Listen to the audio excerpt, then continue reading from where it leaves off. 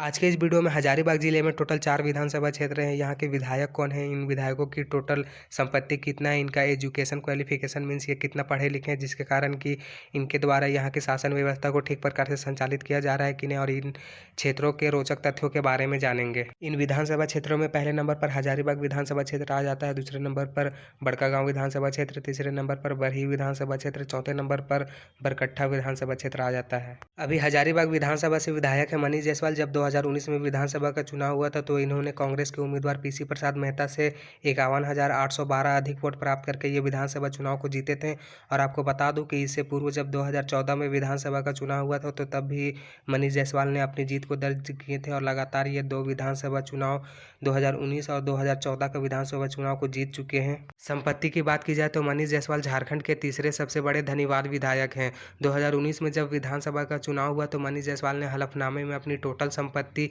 27 करोड़ से अधिक की बताई। इसके पूर्व जब 2014 में विधानसभा का चुनाव था तो मनीष जायसवाल के पास टोटल 19 करोड़ से अधिक की संपत्ति थी। मीन्स 2014 और 2019 के बीच संपत्ति का डिफरेंट देखा जाए तो 8 करोड़ से अधिक का डिफरेंट है। इसके बावजूद जब वर्तमान में 2023 चल रहा है और जब 2019 में विधानसभा चुनाव था तो उस टाइम मनीष जायसवाल के पास टोटल 27 करोड़ से अधिक की संपत्ति थी। मीन्स 2023 में इन संपत्ति में और ज़्यादा वृद्धि हो गई होगी। मनीष जायसवाल की शैक्षिक योग्यता की बात की जाए तो इन्होंने बीए तक की पढ़ाई की है। सत कोलंबस कॉलेज हजारीबाग से 1990 में हिस्ट्री ऑनर से इन्होंने बीए फाइनल ईयर कंप्लीट किया था।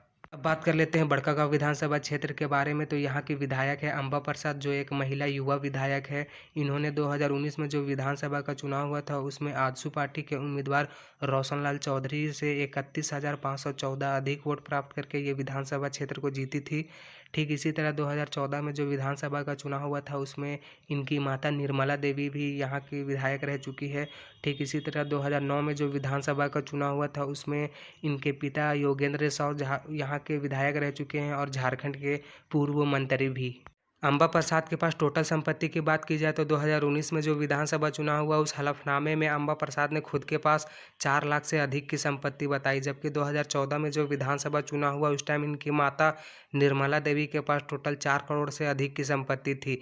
अब अम्बा प्रसाद के शैक्षणिक योग्यता के बारे में जान लेते हैं। तो 2017 में ये विनोबा भावे यूनिवर्सिटी हजारीबाग से LLB कर चुकी है। उसके बाद ये IAS की तैयारी भी कर रही थी और ये IAS ऑफिसर बनना चाहती थी, लेकिन घर के राजनीति स्थिति समान न होने की वजह से फिर ये राजनीति क्षेत्र में उतर गई और राजनीति क्षेत्र में ही अपनी करियर को बनाने लगी। बरही विधानसभा से विधायक है उमाशंकर अकेला, जिन्होंने 2019 के विधानसभा चुनाव में बीजेपी के उम्मीदवार मनोज कुमार यादव से 11,371 अधिक वोट प्राप्त करके इन्होंने जीत की प्राप्ति की थी। ठीक इसी तरह उमाशंकर अकेला 2009 का जो विधानसभा चुनाव था उसमें बीजेपी की ओर से लड़े थे और इन्होंने जीत की प्राप्ति की थी। बरही का जो राजनीतिक स्थिति है वो बहुत ही लचीला है, क्योंकि उम्मीदवारों की दल बदल मौसम के समान यहाँ पे बदलते रहते हैं। क्योंकि कभी उमाशंकर अकेला बीजेपी से कांग्रेस ज्वाइन कर लेते हैं और कभी मनोज कुमार यादव कांग्रेस से बीजेपी को ज्वाइन कर लेते हैं। उमाशंकर अकेला की टोटल संपत्ति की बात की जाए तो 2019 का विधानसभा चुनाव में हलफनामे में इन्होंने 50 लाख से अधिक की संपत्ति थी, जिसमें कि समय के साथ इसमें परिवर्तन भी हो सकता है।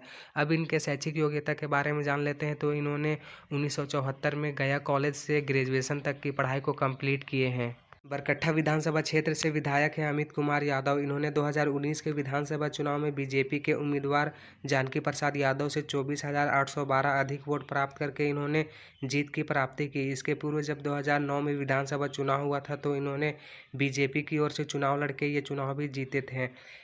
अब इनकी टोटल संपत्ति देख लेते हैं। तो 2019 के विधानसभा चुनाव के हलफनामे में इनके पास टोटल 1 करोड़ से अधिक की संपत्ति है, जिनकी में अब वर्तमान में इनमें और भी ज़्यादा वृद्धि हुई है। अब इनके शैक्षिक योग्यता के बारे में जान लेते हैं। तो 2003 में इन्होंने विनोबा भावे यूनिवर्सिटी हजारीबाग से BCom की पढ़ाई को कंप्लीट की है।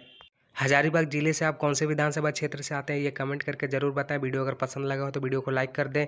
चैनल पर नए हैं तो चैनल को प्लीज़ सब्सक्राइब कर दें और वीडियो को ज़्यादा से ज़्यादा शेयर करें ताकि और लोगों तक ऐसा इन्फॉर्मेशन पहुंच सके। अगर आप भी अपना विधानसभा क्षेत्र के बारे में जानना चाहते हैं तो वो कमेंट करके ज़रूर बताएं।